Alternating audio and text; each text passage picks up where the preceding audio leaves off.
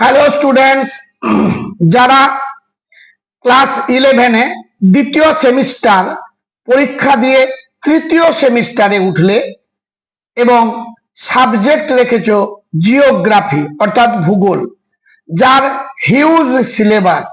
তবে সত্যি কথা বলতে কি বন্ধু, প্রথম থেকে কিন্তু তোমরা যদি ভালোভাবে না পড়ো তাহলে কিন্তু সিলেবাস তোমরা কমপ্লিট করতে পারবে না।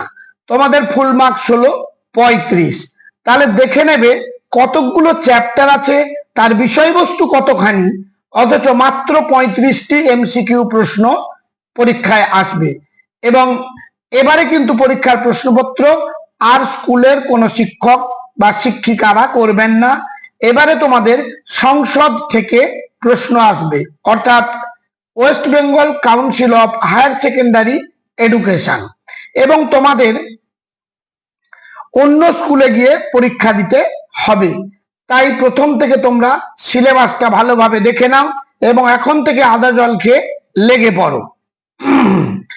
দেখে নাও, প্রথম চ্যাপ্টার রয়েছে তোমাদের প্রাকৃতিক ভূগোলের মৌলিক বিষয়।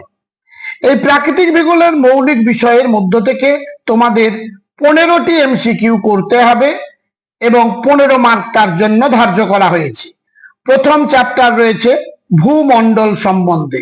তোমরা তো ভূমণ্ডল সম্বন্ধে, তবে হ্যাঁ একটা কথা বলে নি, যারা ক্লাস 10-এর ভূগোলটি ভালোভাবে তৈরি করেছিলে তাদের পক্ষে কিন্তু খুব সহজ হবে। তবে বারবার করে বলছি, প্রথম থেকে তোমরা কিন্তু সিরিয়াসলি যদি পড়তে থাকো তাহলে কিন্তু 35-এর 35 তোমরা অনায়াসেই পাবে। তাহলে প্রাকৃতিক ভূগোলের মৌলিক যে বিষয়, তার মধ্যে প্রথম টপিকটি হলো ভূমণ্ডল সম্বন্ধে। ভূমণ্ডলের বিভিন্ন স্তরগুলো তোমরা আগেও পড়েছো, জানো তোমরা, অর্থাৎ শিলামণ্ডল, তারপর কেন্দ্রমণ্ডল, গুরুমণ্ডল ইত্যাদি বিষয় নিয়ে আলোচনা। 2 নম্বর হলো টপিক ভূমিরূপ গঠনকারী প্রক্রিয়া। এটাও তোমরা কিন্তু পড়েছো, আরোহণ অবরোহণ, আরোহণ প্রক্রিয়া কি গঠিত হয়, অবরোহণ প্রক্রিয়া কি গঠিত হয়, এইসব বিভিন্ন নানা ধরনের প্রশ্ন এখান থেকে আসবে। তারপর রয়েছে তোমাদের জলবায়ু চ্যাপ্টার। এই জলবায়ু চ্যাপ্টারের মধ্যে তোমরা জেট বায়ু পাবে, ভূমধ্যসাগরীয় জলবায়ু পাবে, মৌসুমী জলবায়ু পাবে, নিরক্ষীয় জলবায়ু পাবে এবং কোন জলবায়ু কোন অঞ্চলে দেখা যায়। তারপর রয়েছে তোমার এখানে লা নিনা, এল নিনো, এগুলো সম্বন্ধে তোমরা পড়তে পারবে। তারপর রয়েছে বায়ুমণ্ডল। তবে তোমরা ক্লাস 10-এ বায়ুমণ্ডল সম্বন্ধে কিছু তোমরা পড়েছিলে, এখানে সাগর, মহাসাগর ইত্যাদি সম্বন্ধে আলোচনা রয়েছে। তারপর রয়েছে জীবমণ্ডল। এই 2, 4, 5 5টা টপিক নিয়ে হলো প্রথম চ্যাপ্টার, অর্থাৎ প্রাকৃতিক ভূগোলের মৌলিক বিষয়। আবারও বলছি, এখান থেকে তোমাদের 15টি এমসিকিউ আসবে। এবার রয়েছে 2 নম্বর চ্যাপ্টার, যেটি হলো মানবীয় ভূগোলের মৌলিক বিষয়সমূহ। এখান থেকে সাব টপিক হিসেবে 2টো রয়েছে, এক হচ্ছে জনসংখ্যা, 2 নম্বর হলো জনবসতি। এই জনসংখ্যা এবং জনবসতি সম্বন্ধে কিছু কিছু ধারণা তোমাদের ক্লাস 10-এও তোমরা পেয়েছো।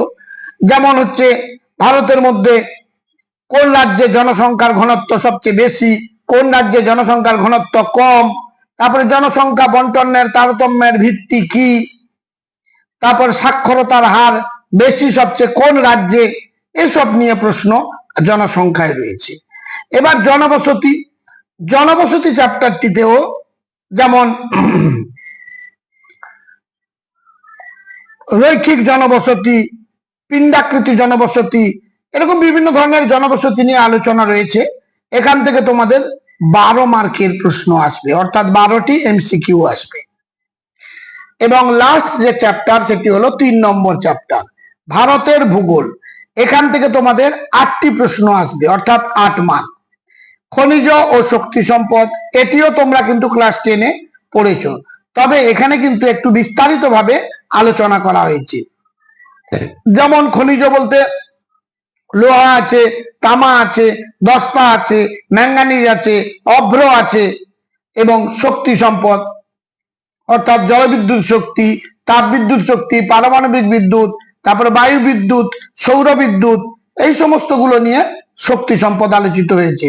যেমন হচ্ছে তোমার শ্বেত কয়লা বলতে কি বোঝো, তারপরে পারমাণবিক শক্তি উৎপাদনের প্রধান কাঁচামাল কি, তারপর প্রথম ভারতে কোথায় জলবিদ্যুৎ কেন্দ্র প্রথম স্থাপিত হয়েছে, এরকম নানান ধরনের প্রশ্ন আসবে এই চ্যাপ্টারটি থেকে।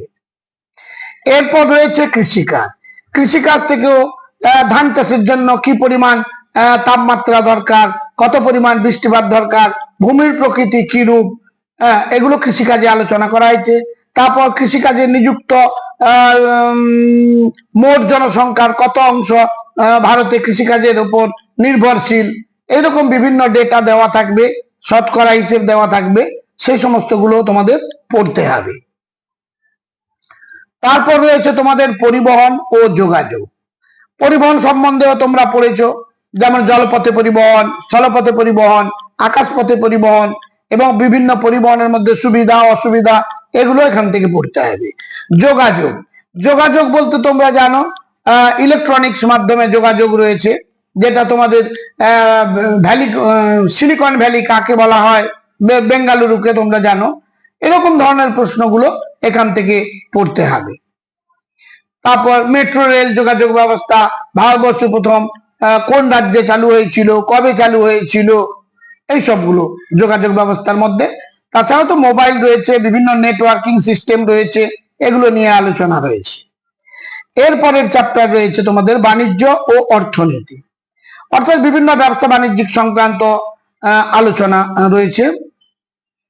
পরের প্রশ্ন রয়েছে ভারতের জনসংখ্যা এবং তার পরের প্রশ্ন আছে জল সম্পদ সম্বন্ধে। এই নিয়ে তোমাদের ভারতের ভূগোল 3 নম্বর অধ্যায়, এখান থেকে তোমাদের মাত্র 8 মার্ক। মানে এমন দেখা যাচ্ছে খনিজ শক্তি সম্পদ 1টি, কৃষিকাজ 1টি, 2টি, পরিবহন যোগাযোগ 3টি, বাণিজ্য অর্থনীতি 4টি, ভারতের জনসংখ্যা 5টি, জল সম্পদ 6টি, অর্থাৎ 6টি সাব টপিক রয়েছে, যেন প্রত্যেকটা থেকে 1টি করে মার্ক। তাহলে ভাবা যায় কত বড় সিলেবাস। তাই তোমাদের বারবার করে বলছি, প্রথম থেকে তোমরা পড়া শুরু করে দাও, বাড়িতেই পড়ো কিংবা কোনো কোচিং সেন্টারে পড়ো, প্রাইভেট শিক্ষক মশাইয়ের পাশে পড়ো, যেভাবেই পড়ো না কেন তোমরা কিন্তু পড়া শুরু করে দাও। সিলেবাস অনেক বড়, তাই প্রশ্ন পড়তে হবে। এছাড়া তোমরা আমার চ্যানেলটির সাথে যুক্ত থেকো, সাবস্ক্রাইব করে বেল আইকনটি ক্লিক করে রেখো। আমি প্রতিটি চ্যাপ্টারের সম্ভাব্য যে সমস্ত প্রশ্ন পরীক্ষায় আসবে বলে মনে হয় সেগুলো আমি আপলোড করতে থাকবো।